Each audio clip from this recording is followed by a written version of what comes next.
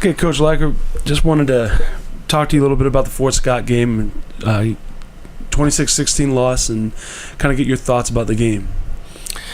Well, we went in thinking that we matched up well. Obviously, we're both struggling during the early part of the year, but I'll just say the one thing that held us back the whole night, and especially the first half, was penalties. We had far too many penalties that stopped us from getting off the field, allowed them first downs. Couldn't get off the field. That was the biggest thing. And then when we got a chance to get the ball, we ran it decent, but we're coming from behind again. Right. And so we made a little push in the second half and had a couple of opportunities to try to get it to be a one-possession game, and then we miss a field goal. Right. It kind of seems like that's a theme this year. That's and Cooper, I had him kicking the field goals. He hit one good one from 42, and then we put him back in for a 30-some yarder, I think. So that way we could get it down to a one-possession game and try to go get that one score that would tie it or put us ahead. But when we missed the field goal, it just backed us up again, Right. So just the frustration of it, But that's football. That's why you play. There's nobody that knows who's going to win until you go play. Right. So you got to go do that in order to get a verdict. Right. And how do you keep guys motivated to continue to fight hard, throughout the rest of the season? Being 1-4, I'm sure it's easy for them for everything they've had to do off the field, as well as what's going on. Well, there's really not a lot of choices for them if they want to play football in at the 4-year level or Right. continue to play. I mean, this is the hand that we've dealt ourselves, you might say. I haven't had a lot of speeches for a 1-4 start, so it's kind of new to anybody and I haven't done it for quite a while either, Right. But just try to keep them doing what they got to do to have a chance at success. Be where you're supposed to be. Put in an honest day's work at practice.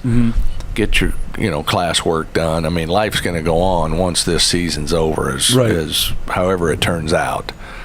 You're only here in Coffeyville for a little while, so take advantage of everything that's offered to you so you can get to another place, Right. And get to the 4 years. So Kind of like what we've talked about in previous podcasts where, Yeah. you still got a job to do. We're preparing these guys for life. And, Yep. like you just said, life goes on. So, we still have to continue to grind it even when we don't have it. Sure. Yep, that's true. I mean, as hard as it is to make yourself keep going, you got to. Right.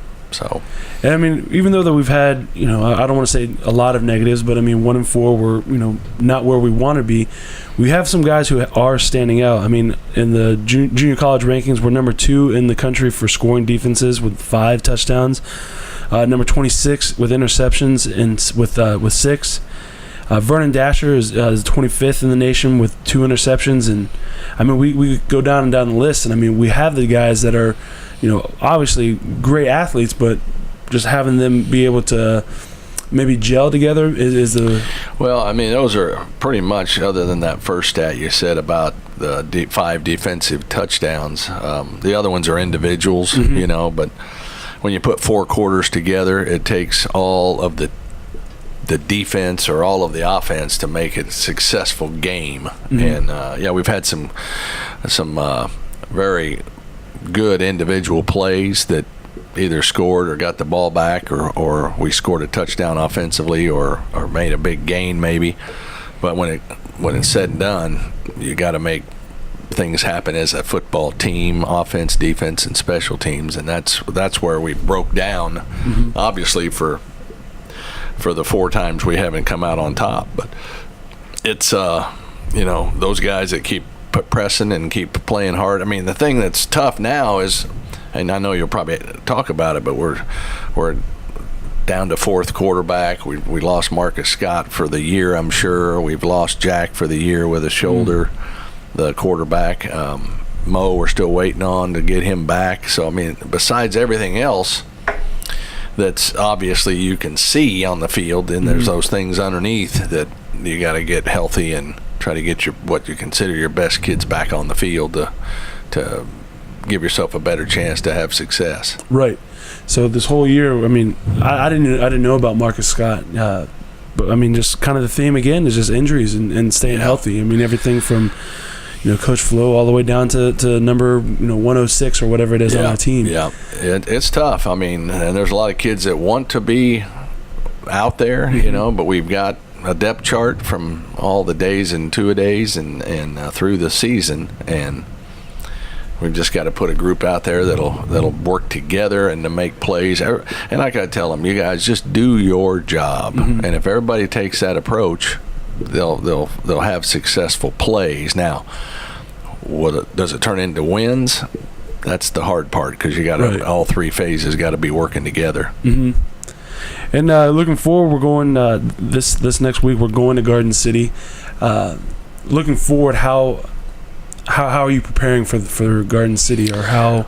Well, that's another tough team. No different. I mean, you got to look at film and go put a plan together, and the kids have to execute. And they're going to be an awfully good ball club because they won the national title last year. They got a number of guys back. They've had a couple of ball games where they've gotten some a 4-point loss and a 3-point loss to Independence and Hutch. They beat Butler last week and got 5 picks, but it was 36-30. I mean, so the slugfest is there. Butler, probably look back at our game and that game and think, if we don't turn it over, or a couple here or there we don't turn over, we win. Right. So we haven't had a turnover. That's the really tough thing. We haven't had turnovers in the last 3 ball games, but we haven't made any big plays offensively. Defense made the big plays in the Butler game that got us a chance to come out on top of that one. But if you don't turn it over, you got a chance to be in ball games, and we've got to make some plays offensively, and that's running the ball, throwing it, whatever it takes. But O-line's got to continue to keep coming, and I think a little bit of everybody's got to continue to keep coming, and maybe this weekend or sometime down the road it'll click. Right. I mean, you touched on it with the quarterback situation. I mean, it's tough to be able to do the big plays when your 1 and 2 are both out. I mean, think of it from a baseball standpoint. If Kershaw and Greinke were out when they were with the Dodgers, I mean, kind of leaves you handcuffed right there. Right, it does. And but everybody's got the same issues, Now maybe they're not hurt, but the chances to get hurt are always there. But that's why you end up with a depth chart, and you try to make sure you got some kids that you can put out there that maybe give you a chance to win. Yes, sir.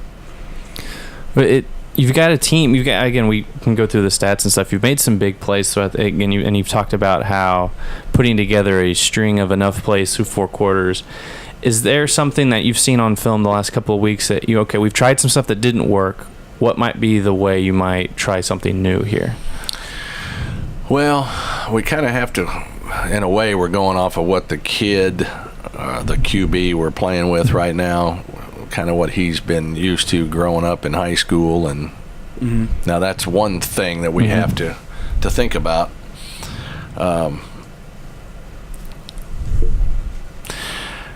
I think if you end up wholesale changing everything, then, I mean, they've learned this stuff in 2 months, and if you're wholesale changing in a 3-day period, as much as sometimes I'd like to, we're just kind of, we're stuck a little bit with, hey, this is what we do. Now we just got to make plays, and that sounds pretty simple, but there's 11 of them out there, and they all have a gap or a job to do to defend on defense, or a man to block on offense. And if you get it done at the point of attack, you got a chance to have a successful play, possibly a successful game. But heck, we're all the way back down to the bare necessities of what it takes to be successful. You got to block, you got to tackle, and you got to not turn the ball over. And somewhere in there, we're still not quite managing to do any of them well enough, So we're playing with an awful lot of freshmen. Not a whole lot of guys returned from last year that had some success in the past couple of years. So our offensive line has 1 sophomore on it. We were starting basically all freshmen in the backfield. Right. Defensively, I think there's a couple of redshirt kids that played last year, but third-year guys. But I think they're the ones that are getting banged up too right now. Yep. So it's hard to With Scott, yeah. it's hard to just to pinpoint where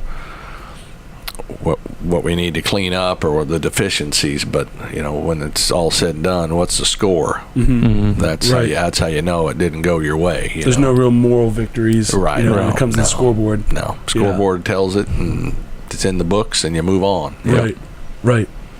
Well, Coach, going forward, I hope that you guys, we turn the page and we can have another good conversation next week. Okay, after Garden you City. bet. Thank you. Yes, sir. Thanks, Coach. Mhm.